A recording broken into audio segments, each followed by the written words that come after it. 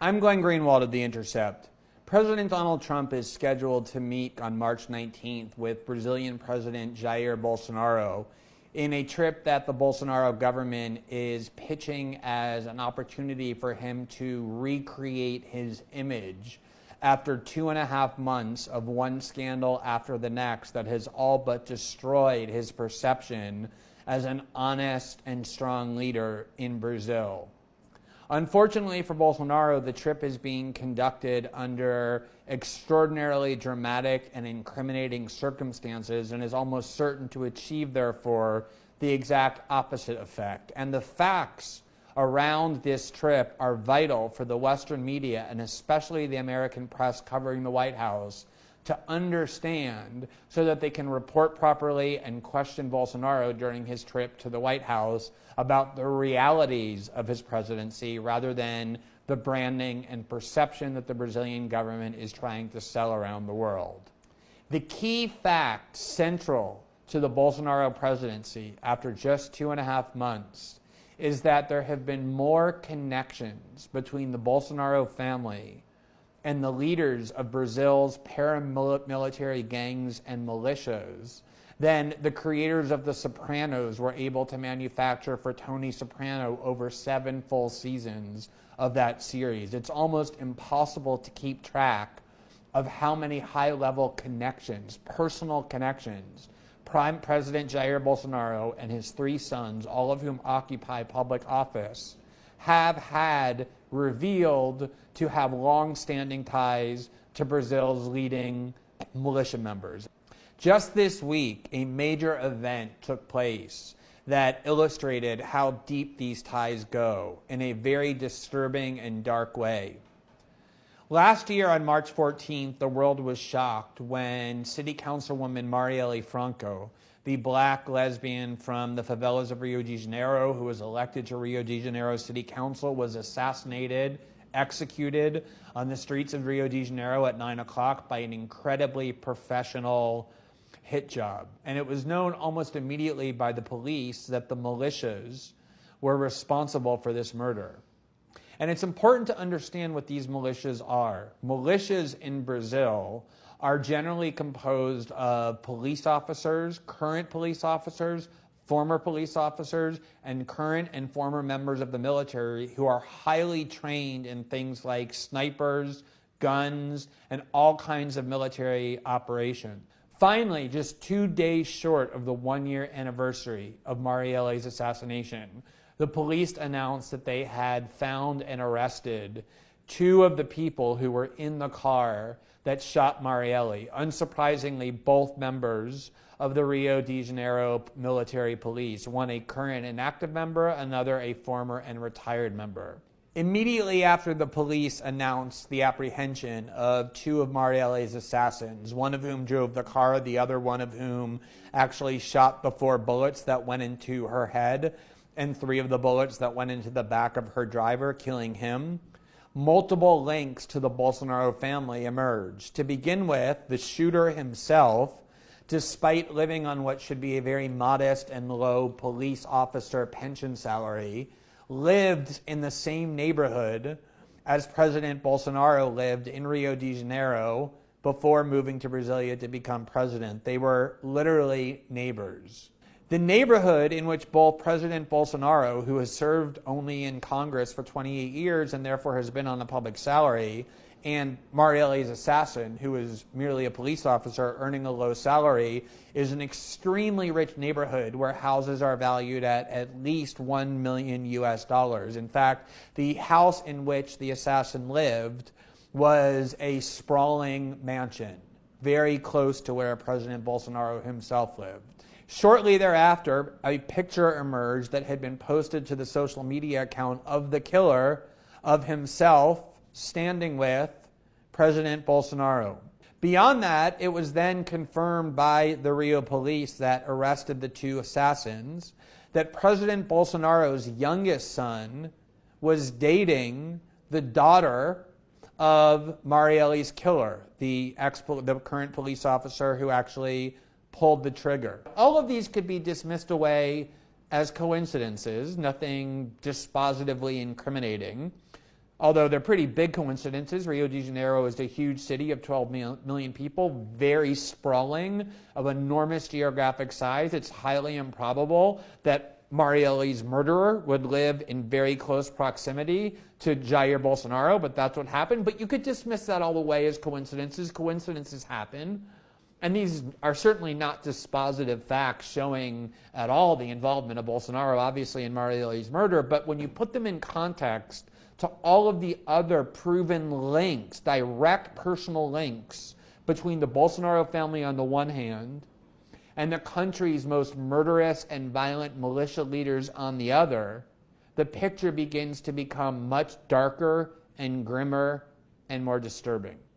The first and most shocking piece of evidence linking the Bolsonaros to the leaders of Brazil's militias happened in January of 2019, which was part of a video report that we at The Intercept published as part of a report on a financial scandal that ultimately revealed these connections. And I want to zero in on what these links were because they're remarkable and stunning.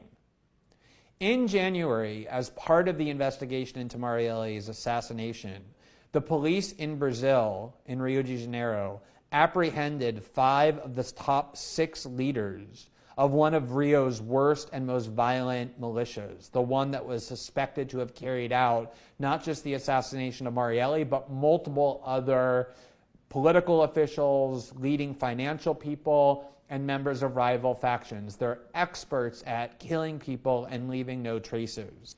5 of the 6 people were arrested. The one that got away was the leader of the militia. His name is Adriano de Noriega. And what's most remarkable about that is that he's now a fugitive, is that immediately when the police revealed the top 6 members of this militia, it turned out that the mother and the wife of Adriano, the leader of this militia, has spent the last 10 years, the last decade, on the government payroll. Why? Because they were both employed in the cabinet of Flavio Bolsonaro during the 10 years that he served in the Rio state legislature. Just think about that. Flavio Bolsonaro, the son of Brazil's president, now himself a federal senator, had for a full decade on his payroll the mother and the wife of the chief of Rio's most dangerous militia, the one that is the suspect in the assassination of Marielle Franco. The financial scandal of Flavio involved the movement of huge amounts of money, not only into the account of Flavio Bolsonaro, but also into the account of the wife of Jair Bolsonaro. And all of this was engineered by somebody named Fabricio Queiroz, who served as Flavio's personal driver for the last 10 years. And Queiroz himself has the exact profile of a militia member, a former member of the police, who somehow has access to amounts of money vastly greater than what his pension as an ex-police officer or his salary as Flavio's driver suggests that he ought to have. And it was Queiroz who engineered the employment of the mother and wife of the militia leader in Flavio's cabinet. And when it came time for the police to investigate Queiroz and to ask him what this movement of money was all about, how he got all of this money deposited into Flavio Bolsonaro's account and the wife of Jair Bolsonaro's, he went into hiding in the exact neighborhood in Rio de Janeiro, Rio das Pedras, that is ruled and commanded by this militia. Beyond all of those links between Flavio Bolsonaro and militias, Flavio, during the time that he was a state legislator, formally praised and gave awards to 2 of the leading members of the militia that the police just ended up destroying by arresting its top leadership. Not only including the number 2 person who was arrested, but also the militia chief who is now a fugitive and whose mother and wife was employed in Flavio Bolsonaro's cabinet. He bestowed on militia leaders official praise and awards given out by the city. Fabricio Queiroz, the driver of Flavio, the person who, as an ex-police officer, has far more money than he would have if it weren't for engaging in illegality is not just Flavio's driver, is not just the person who has been moving around huge amounts of money on behalf of Flavio, but is also a very close friend of President Bolsonaro himself. Yet another very close link between not just the Bolsonaro family, but President Jair Bolsonaro himself and the militias that are responsible for the massive epidemic of crime plaguing this country that Bolsonaro was elected based on a promise to combat. It should not be at all surprising, and wasn't actually surprising, that Jair Bolsonaro likes militias, likes paramilitary forces composed of current and ex-police officers who commit crime. How do we know that? Because Bolsonaro, on several occasions, has publicly praised those militias. In 2008, a left-wing political party here in Brazil, PSOL, conducted a 10-year-long investigation inside the state representative house of Rio de Janeiro state, led by a state representative, Marcelo Freixo, and his top aide, who was Marielle Franco. And together, this commission put into prison numerous ex-police officers and ex-members of the military and current police officers because it was revealed that they were working as members of militias. It was heroic work that subjected Freixo and Marielle to an enormous wave of death threats, to the point where Freixo had to walk around, and to this day still walks around, with armed guards driving around in an armored vehicle. And Jair Bolsonaro, in 2008, on the floor of the Brazilian Congress, where he was a member at the time, didn't praise Freixo and this commission for unearthing huge amounts of systemic criminality on the part of militias. He called Freixo a coward for walking around with armed guards and driving around in an armored vehicle, and beyond that, praised the members of the militia, saying while some of them might be criminals, most of them are simply people who are using their own guns and their own training to protect their communities and protect their neighborhood against criminality. Several years earlier, on the floor of the Brazilian Congress where Bolsonaro was serving, several members of Congress stood up and warned of the growing danger of death squads who were engaging in extrajudicial assassinations, vigilantes composed of ex-police officers murdering people who they decided deserved to be murdered. And Bolsonaro, in response, said, I think this actually sounds quite good. It sounds to me like they're engaged in a public service, and I want them to know that at least until the government can start doing its job of taking care of crime, they should consider themselves welcome in Rio de Janeiro.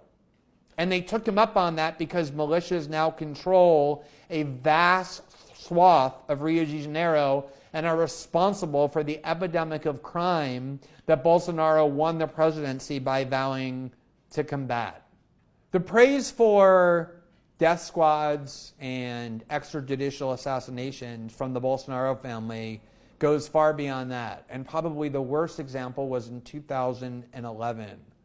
When the judge who was heroically presiding over the criminal investigation that was conducted by the left-wing party in the State House of Rio de Janeiro and courageously sending members of the militia to prison and sentencing them to long prison terms, was murdered in front of her own house. One of the most shocking attacks on the rule of law and authority in Brazil in the history of its democracy.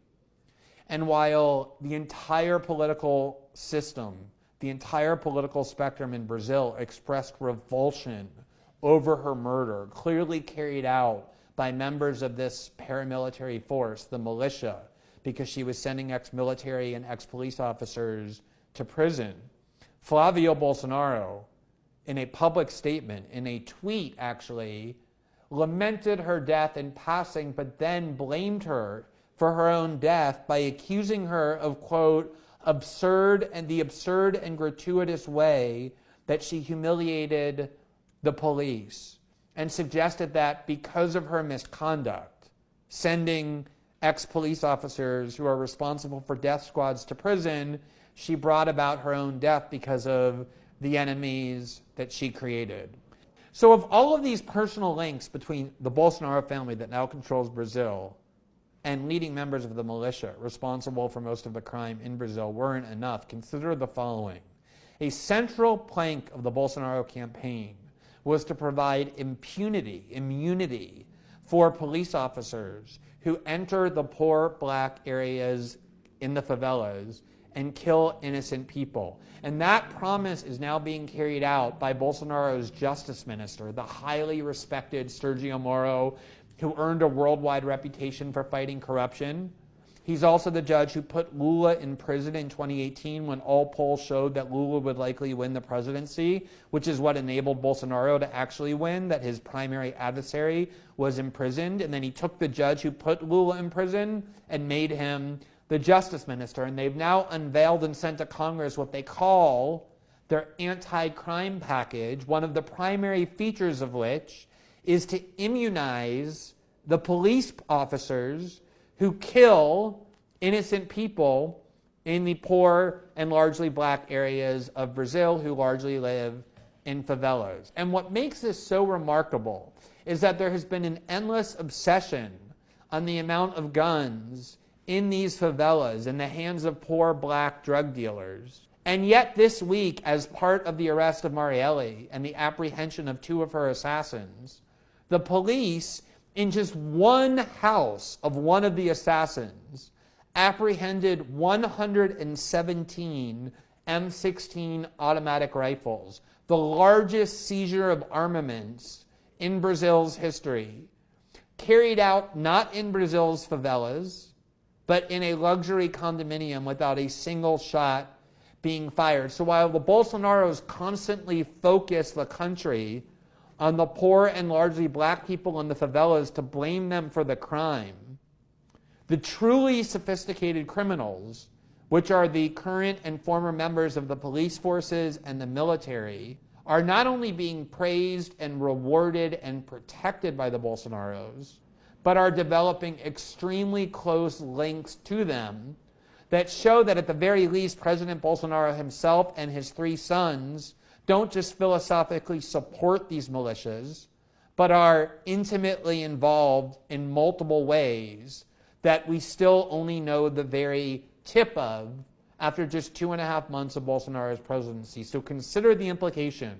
Brazil, the 5th largest country in the world, with some of the most important oil reserves on the planet, with an Amazon that is probably the single most valuable resource environmentally on the planet, is now in the hands of a family that has been proven to be linked to mafiosos, paramilitary death squads, and militias in all kinds of ways that are almost so numerous that one can't even keep track of, including the militia that has just been proven to be responsible for the brutal and horrific assassination of City Councilwoman Marielle Franco. So when President Bolsonaro visits the White House, the pitch that this is all about renewing the image of President Bolsonaro is not something the Western media and the U.S. press should participate in propping up, but instead should use these facts